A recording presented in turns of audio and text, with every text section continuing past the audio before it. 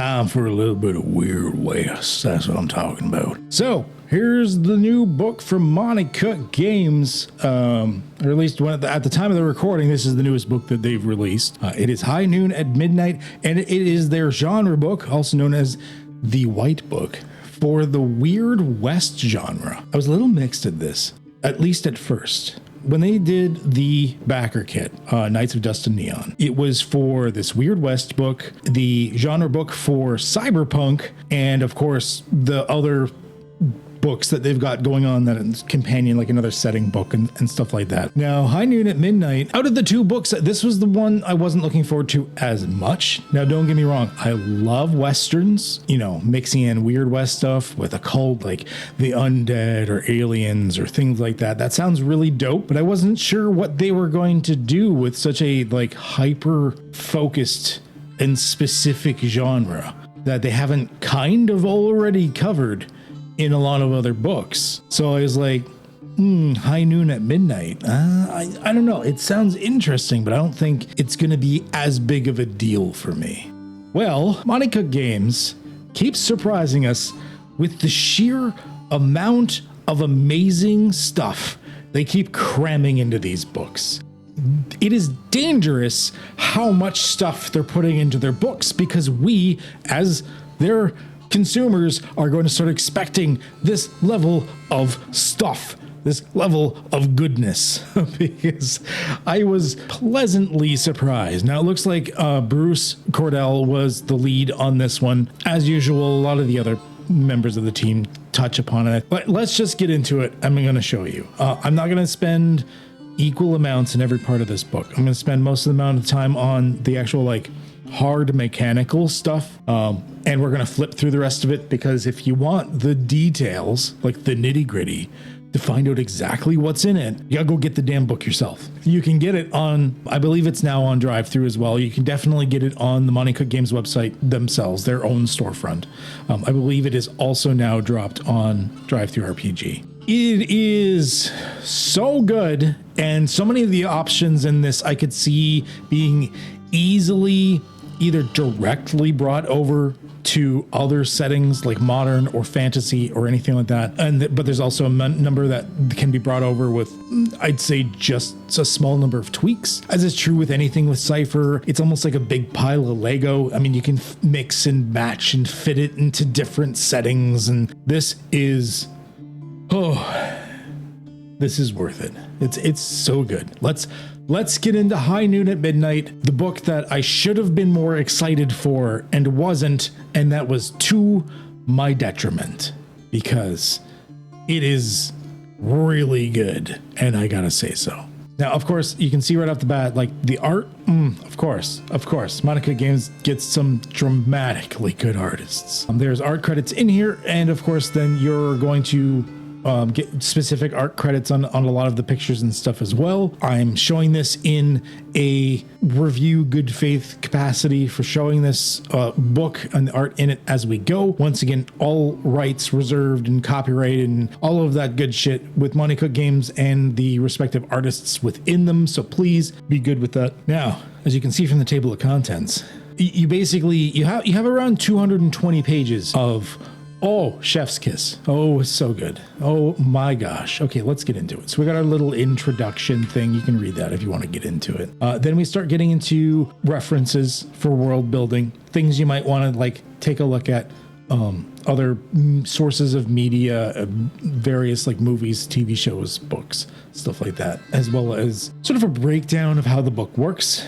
And it's this page that with the horsey here, and like this one too, this one's also amazing, but this horse, it's so good. I really like it. Okay. Then we start getting into actually building the settings, because a lot of things with Cypher is, although there's all these pre-done settings, like micro settings or sometimes larger settings, and there is like a cool larger setting that is going to kind of go with this one being released. A lot of times you're making your own. Sometimes you're just making a focused area. This is what is going to help you with it. I'm just going to skim over a lot of these. There's advice here and a lot of tables. I love tables. I love tables so much. A lot of tables in here, and that makes me happy, because sometimes you don't want to decide the tables, you can take which one you want, or you can roll it, and that's the beauty of them. So going through, we get a lot of like basically setting up about like why it is, how it is, giving examples of things that it can tie in with, about freedom and survival, the various weird themes that you can get into, magic, horror, advanced alien tech, some other like world options, timeline stuff. It keeps going. The plots, there's a ton of little plot hooks you can do if you're not sure what to do for that session. I mean, you can either roll it randomly or just like start at 1 and work your way to 0. Then we get into the Weird West setting options. These, first of all, giving you some more, like giving you like a lexicon for speech. If you look online, there's even more words you could pick up for this. Whole bunch of the very common ones. Then we get into extra things like mounts, various like vehicles and whatnot, about trains, GM intrusions for the trains. Basically, we start getting into a lot of like the basics of what makes a story within a Western and giving it that weird flavor to it. A lot of these are super useful, especially like locations like the towns and saloons and everything like this, if you're not exactly sure what you want to do in them. And once again, these are not just Western, it's giving that strange otherworldly vibe depending on the type of theme that you're going with for these. It also gets into wilderness. Eventually, it's later, a little bit later in the book, they get back into like survival mechanics, kind of like what Rust and Redemption did, with a little more, I'd say, focus on the fact that you're surviving these like remote, like sparse wilderlands rather than like a post-apocalyptic setting. And we get into the optional rules for the Weird West. This is when we start getting into some really interesting stuff. So there's some rules here about incorporating poker into the game, ways that you can handle it, about PC skills and stuff in it.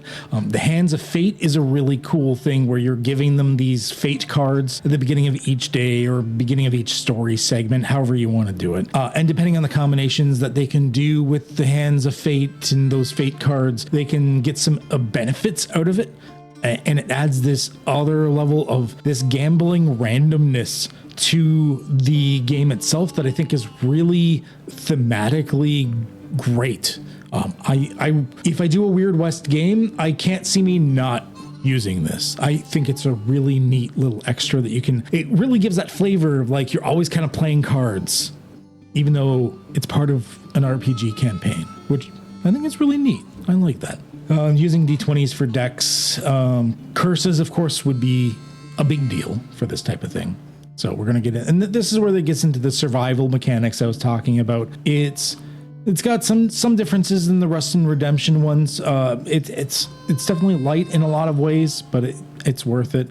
Things about tall tales, paranormal vices, which is an interesting one. Then we get into the threats and the hazards of the Weird West. Now, this isn't necessarily just bad guys. You kind of get into that in the next session. This is more about just like conflict things that the players are going to be dealing with, situations that they're going to have to sort of figure out that may cause ramifications or hurt them in some way, or who knows, a bunch of different, or it may lead into an NPC or combat of some kind. Then we get into the creatures and NPCs of the Weird West, which is the actual creatures that you might deal with. It gives some examples, including some new ones, but it also gives examples of ones you can use from elsewhere. Then we start getting to the new ones. It gives us some real of the basic style ones for animals and NPCs. Then we get into the Alchemist, which is one of the first creatures. Now, you're going to see this with a lot of the creatures, and I like that they're doing this. I've been starting to do this with the stat blocks in Cypher for a while. So, traditional stat blocks in Cypher,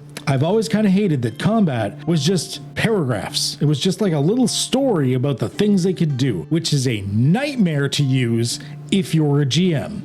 It's the one thing in Cypher I've always wanted them to change, and I've noticed in recent materials they are starting to implement more bullet points for specific things that an NPC or monster or whatever can do in combat. It makes it a lot more readable and referenceable when you're a GM in the middle of that conflict. I like that they're doing this, and we're seeing it more often. So we're just going to get in. You've got a bunch of different mythical and or strange beasties and things to use.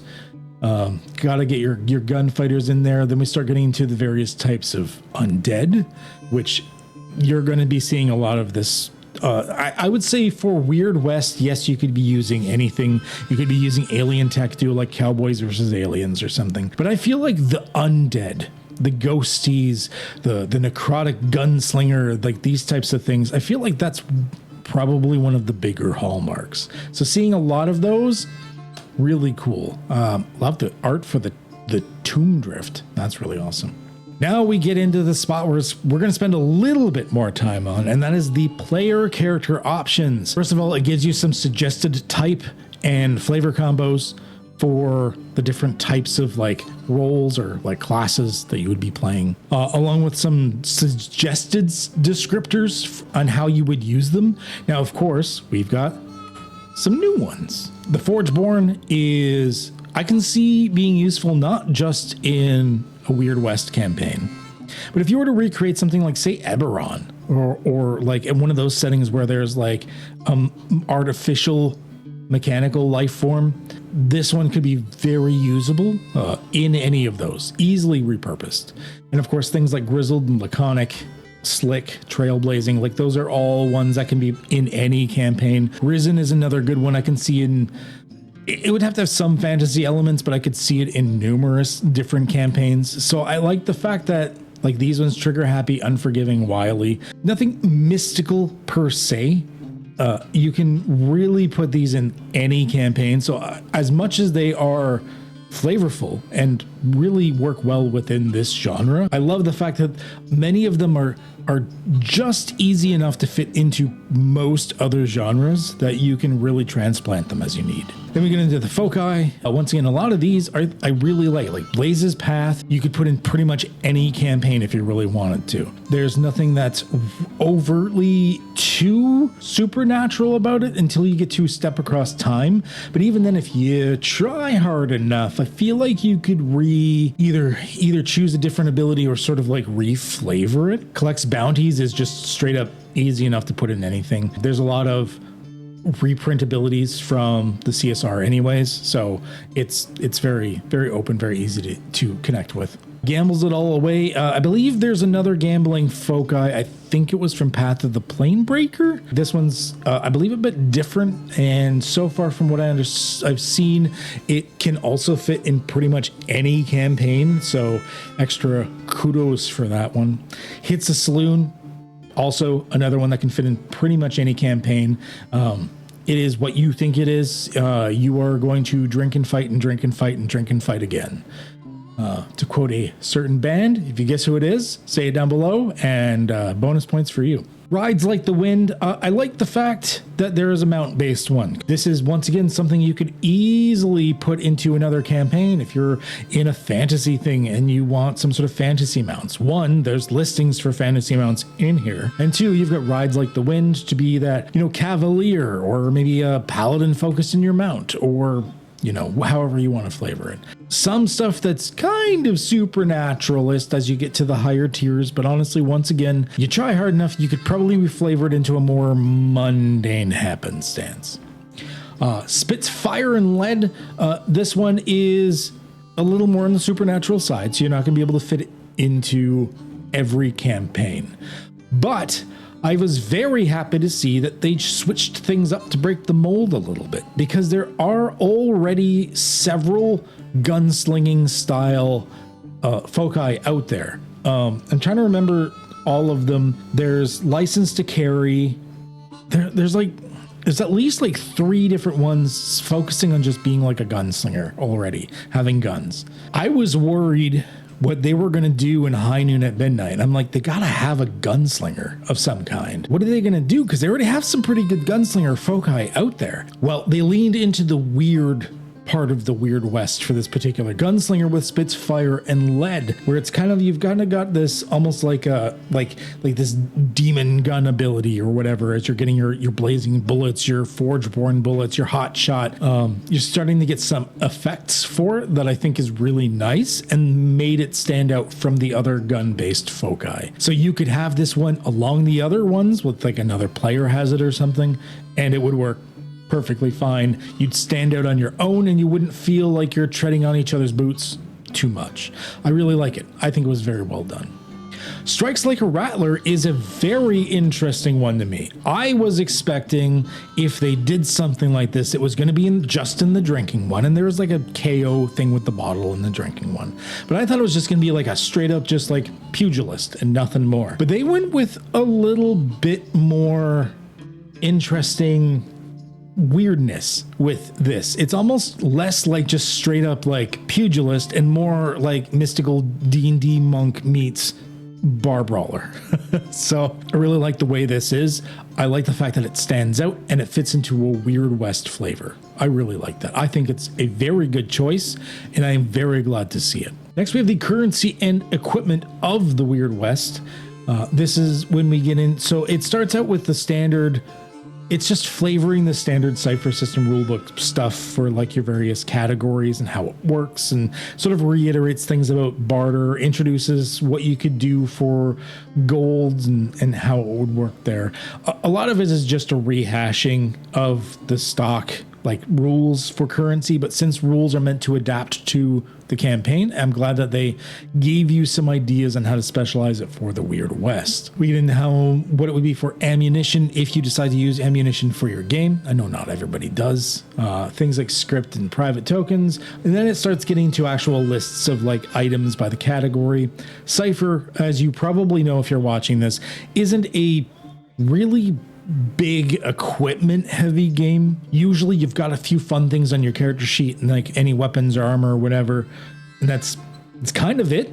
You don't really need too much in the way of stuff, so they just put some things in here that are narratively flavorful or have a very specific mechanical benefit in some way. Other than that, like the equipment list is pretty small, all things considered, but rightfully so. You don't need a lot of stuff in Cypher, not for regular equipment anyways, because that's when we get into ciphers and artifacts. That's the important shit. So they start out with your subtle ciphers. They got this first thing called power word subtle ciphers, which I like it. Now you could reflavor them to be something that isn't just a power word.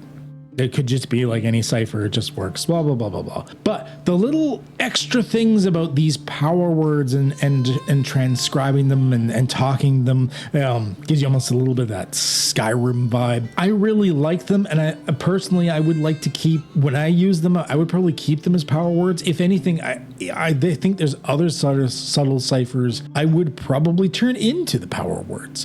Or maybe I would make versions of them where they are or not power words when I roll them, since I use digital rolling anyways. I think it would be really cool. I like the mechanics behind this, and I like the power word where you're like, and then like the thing happens. So I really like this power word idea. I wasn't expecting it in a Weird West situation, but I'm not sure where they'd put it anyways. So what the hey, this is a good place to put it.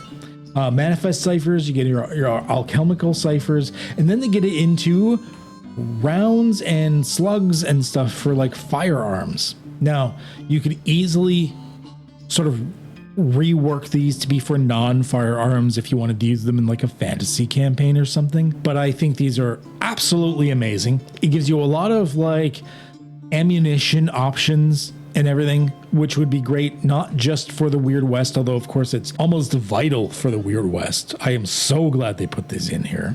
But if you play like a fantasy campaign or even like a Numenera campaign or something like that, these are really good because you can easily flavor them to either be magical or high tech or something in between even.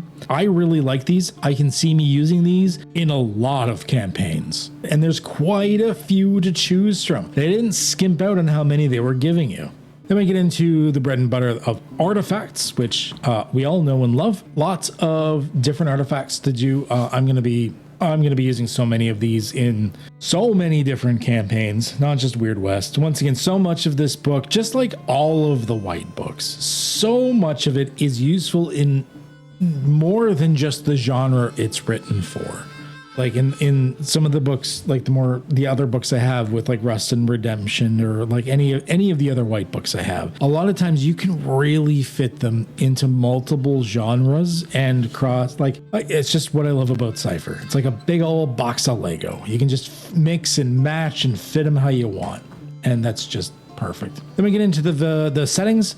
I like the way that the settings are set up, where it's not necessarily like a super expansive world, so much as they seem to be a little more focused. Some of them, like Midnight City, is like a very, very focused one, or like Midnight is a very focused one. But the one after that, I believe, expands. Yeah, the Ghost Range is a little bit bigger.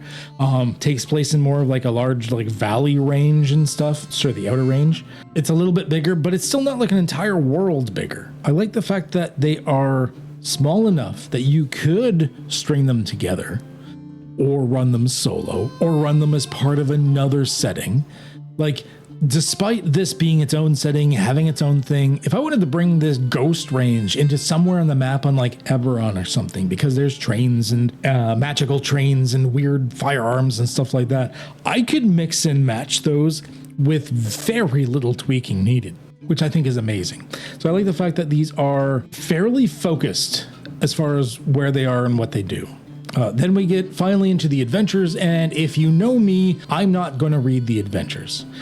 Not because they're not good. I'm sure they're astounding, but I don't tend to run pre-written adventures, but I would like to play in some of the pre-written adventures, especially the shorts. I'm hoping to see one or both of these shorts played a couple of times in CypherCon in September. So I don't want to read them because I don't want to spoil them for myself.